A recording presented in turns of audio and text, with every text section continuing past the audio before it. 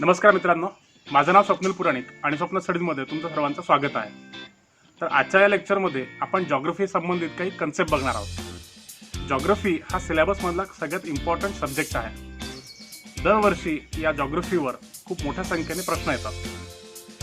अगदी UPSC prelims असो किंवा MPSC प्रिलिम्स असो किंवा MPSC द्वारा घेतल्या जाणाऱ्या कुठल्याही परीक्षा असो, या सर्वच परीक्षांमध्ये जॉग्रफीवर खूप जास्त संख्येने प्रश्न येतात. UPSC प्रिलिम्सच बघा ना, UPSC प्रिलिम्समध्ये दरवर्षी एक 15 ते 16 प्रश्न जॉग्रफीवर येतात. इव्हन MPSC प्रिलिम्समध्ये सुद्धा दरवर्षी 15 ते 16 प्रश्न जॉग्रफीवर विचारले जातात. तर तुम्हाला आता कळलं असेल की जॉग्रफी हा सिलेबसमध्ये किती इम्पॉर्टंट सब्जेक्ट आहे. तर आज आपण जॉग्रफीमधलेच काही कन्सेप्ट बघणार आहोत. आणि आजचे जे कन्सेप्ट्स आहेत ते आहे लॅटिट्यूड आणि लॉन्जिट्यूड. संपूर्ण जॉग्रफीचं अंडरस्टँडिंग येण्यासाठी तुम्हाला लॅटिट्यूड काय आणि लॉन्जिट्यूड काय हे समजणं खूप महत्त्वाचं आहे. कारण की या कन्सेप्टवरच संपूर्ण तुमचं अंडरस्टँडिंग आणि तुमचं कन्सेप्च्युअल क्लॅरिटी याच्यावर डिपेंड आहे. मित्रांनो, लेक्चरच्या सगळ्यात शेवटी एक इंटरेस्टिंग गोष्ट मी तुम्हाला सांगणार आहे. तुम्हाला माहिती असेल की आपला जो स्पर्धा परीक्षांचा अभ्यास आहे हा लिंकेजेसवर डिपेंड आहे.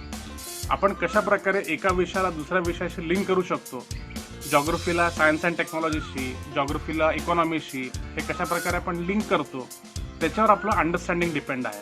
आपली कन्सेप्च्युअल क्लॅरिटी त्याच्यावर डिपेंड आहे.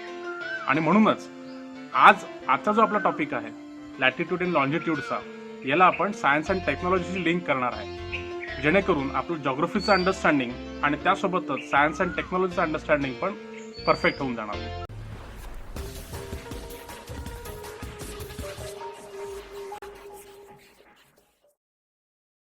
चला तर मित्रांनो, लॅटिट्यूड आणि लॉन्जिट्यूड बद्दल चर्चा करूया.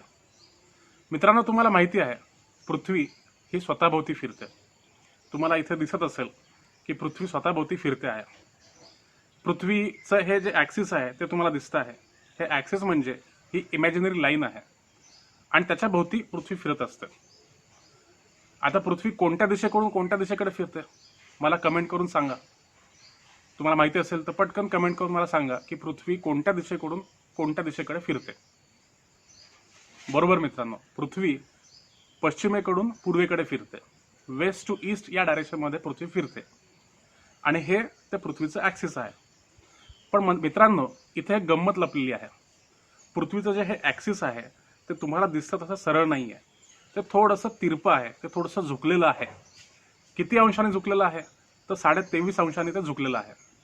तर अशा प्रकारे पृथ्वी झुकलेली आहे आणि या फॉर्ममध्ये ती पश्चिम ते पूर्व या दिशेने फिरते. तुम्ही जिथे बसलेले आहात तीच एक्झॅक्ट पोझिशन ही सूर्याची असते आणि सूर्याकडून सूर्यकिरण हे पृथ्वीवर पडतात. तुम्हाला या फिगरमध्ये दिसत असेल की पृथ्वी चमकते आहे. ती चमकते का आहे? कारण की सनलाईट तो पृथ्वीवर पडतो आहे. तर अशा प्रकारे पृथ्वी ही स्वतःभोवती देखील फिरते आणि त्यासोबतच ती सूर्याभोवती देखील फिरते. तर मित्रांनो, आता लॅटिट्यूड आणि लॉन्जिट्यूडकडे वळूयात. हे काय आहे? लॅटिट्यूड आणि लॉन्जिट्यूड काय आहे? त्याचा उपयोग काय? ते आपण कशासाठी शोधून काढलं? तर याचं सरळ उत्तर म्हणजे कुठल्याही गोष्टीचं लोकेशन जर आपल्याला माहिती करायचं असेल तर त्यासाठी आपल्याला लॅटिट्यूड आणि लॉन्जिट्यूडची हेल्प होते. एक सिंपल उदाहरण घ्यायचं म्हटलं तर एक पेपर इमॅजिन करा आणि त्या पेपरवर एक पॉईंट इमॅजिन करा. आता त्या पॉईंटचं लोकेशन आपण कसं शोधून काढणार? तर आपण ग्राफचा यूज करणार, एक्स ॲक्सिस आणि वाय ॲक्सिस. त्या पॉईंटचे एक्स कॉर्डिनेट काय आहेत आणि वाय कॉर्डिनेट काय आहेत याचा यूज करून आपण त्या पॉईंटचं एक्झॅक्ट लोकेशन माहिती करून घेणार. उदाहरणार्थ, जर 3 डायमेन्शनल वर्ल्डमध्ये माझं लोकेशन मला माहिती करून घ्यायचं असेल तर मी कसं करणार? तर मी या 3 डायमेन्शनल वर्ल्डमध्ये वावरतो आहे. मी 3 डायमेन्शनमध्ये वावरू शकतो. कशा प्रकारे? एक तर पुढे मागे हे पहिलं डायमेन्शन, एक तर वर खाली हे दुसरं डायमेन्शन आणि आजूबाजूला हे तिसरं डायमेन्शन. तर माझं लोकेशन जर एक्झॅक्ट माहिती करून घ्यायचं असेल तर मला 3 ॲक्सिस लागतील, एक्स ॲक्सिस, वाय ॲक्सिस आणि झेड ॲक्सिस. तर माझे एक्स कॉर्डिनेट्स काय आहेत, वाय कॉर्डिनेट्स काय आहेत आणि झेड कॉर्डिनेट्स काय आहेत हे जर मी माहिती करून घेतले तर माझं लोकेशन मला माहिती करून घेता येईल. त्याचप्रमाणे जर माझं या पृथ्वीवरचं लोकेशन माहिती करायचं असेल तर मला माझं लॅटिट्यूड काय आहे आणि लॉन्जिट्यूड काय आहे जर मला हे माहिती असेल तर या पृथ्वीवरचं माझं लोकेशन काय आहे ते पण मला एक्झॅक्टली सांगता येईल. तर मित्रांनो, तुम्हाला आता इथे एक पृथ्वी दिसते आहे. तर आता आपण बघूया की या पृथ्वीवर कुठल्याही व्यक्तीचं किंवा कुठल्या गोष्टीचं जर लोकेशन माहिती करायचं असेल तर ते आपण कशा प्रकारे करतो. तर या पृथ्वीला जर आपण उभ्याने असं कट केलं तर काय होईल, तर या पृथ्वीचे 2 भाग पडतील. हा जो इकडचा भाग आहे तो पश्चिमी गोलार्ध आणि तो तिकडचा जो भाग आहे तो पूर्वी गोलार्ध.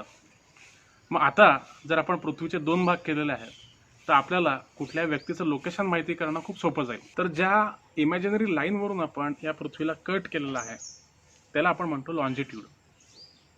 आणि रेफरन्ससाठी म्हणून जो मेन लॉन्जिट्यूड आहे त्याला आपण म्हणतो प्राईम मेरिडियन. आणि या प्राईम मेरिडियनला आपण 0 डिग्री म्हणून कन्सिडर करतो.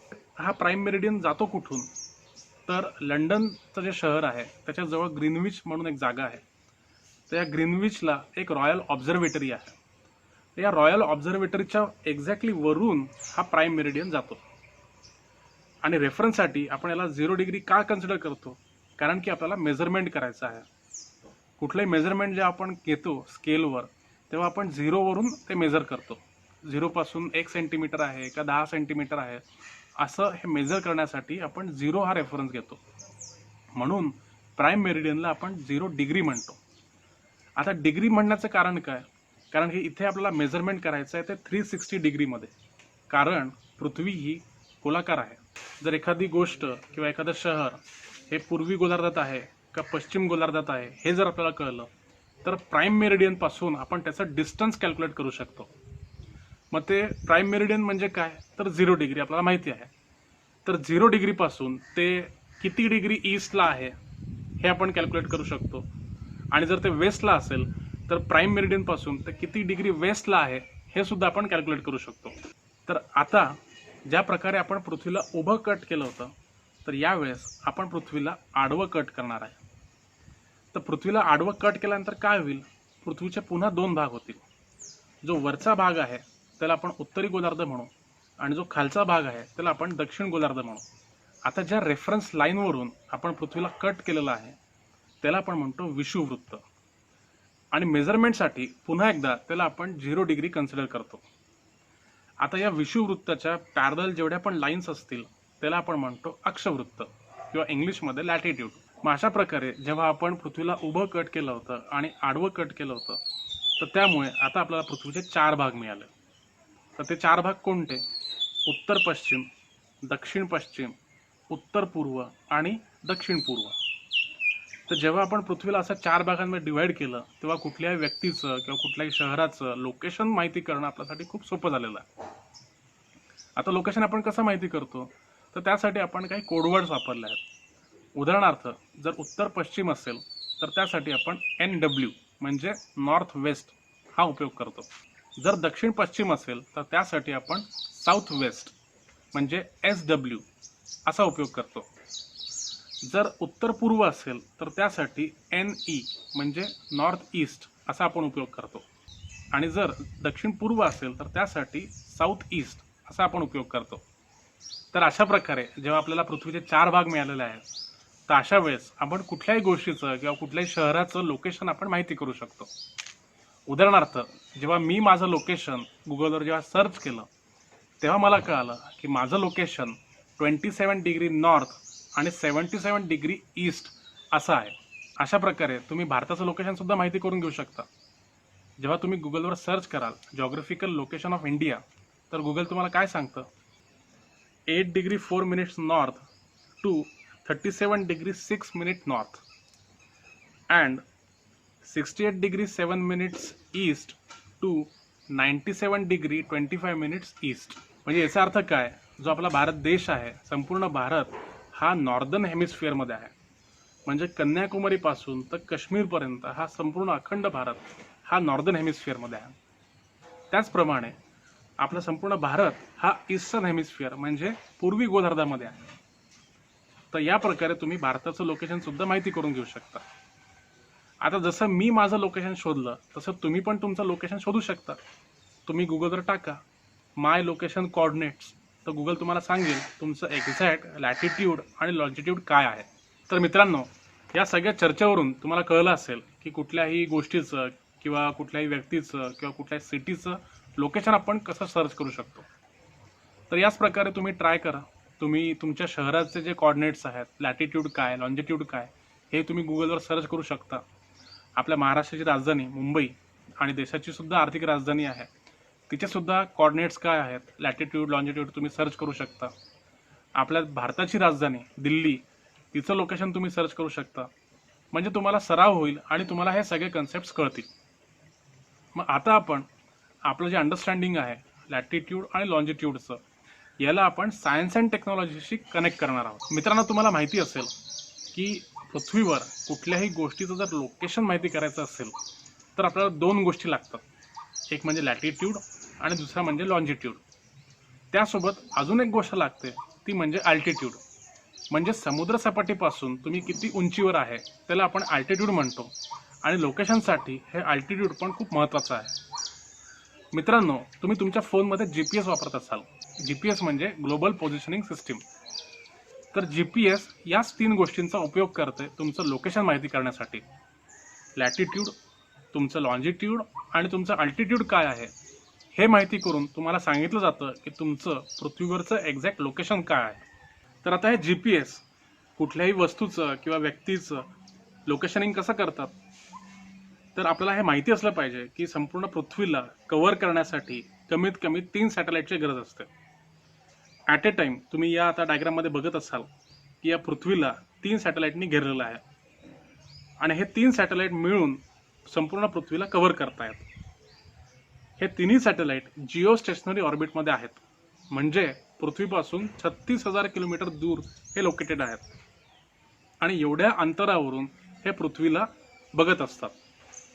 मग अशा वेळेस आपण जर आपल्या मोबाईलवरून GPS ऑन केलं तर आपले सिग्नल्स या सॅटेलाईटपर्यंत जातात आणि हे तिन्ही सॅटेलाईट एकमेकाशी डिस्कस करून आपला लॅटिट्यूड काय आहे, लॉन्जिट्यूड काय आहे आणि आपलं अल्टिट्यूड काय आहे ह्या तिन्ही गोष्टी माहिती करतात आणि आपल्या मोबाईलच्या स्क्रीनवर आपल्याला सांगतात. तर मित्रांनो, अशा प्रकारे लॅटिट्यूड काय, लॉन्जिट्यूड काय, त्याचं ॲप्लिकेशन काय हे आपल्याला कळालेलं आहे. आणि या संपूर्ण लेक्चरमध्ये हे कन्सेप्ट्स कशा प्रकारे वर्क करतात आणि यांचं सायन्स अँड टेक्नॉलॉजीशी काय रिलेशन आहे हे सुद्धा आपण बघितलं. तर मित्रांनो, मी आशा करतो हे सगळे कन्सेप्ट तुम्हाला समजले असतील. तुम्हाला कुठला डाऊट असेल तर तुम्ही मला कमेंट सेक्शनमध्ये विचारू शकता. मी नक्कीच तुमच्या प्रश्नांचं उत्तर देईल. तुम्ही जर हा व्हिडिओ फेसबुकवर बघत असाल तर माझ्या पेजला लाईक करा. जर यूट्यूबवर बघत असाल तर माझ्या चॅनलला सबस्क्राईब करा. तुम्हाला जर व्हिडिओ आवडला असेल तर तुमच्या मित्रांपर्यंत पोहोचवा. जास्तीत जास्त शेअर करा, म्हणजे जास्तीत जास्त विद्यार्थ्यांना याचा फायदा होईल.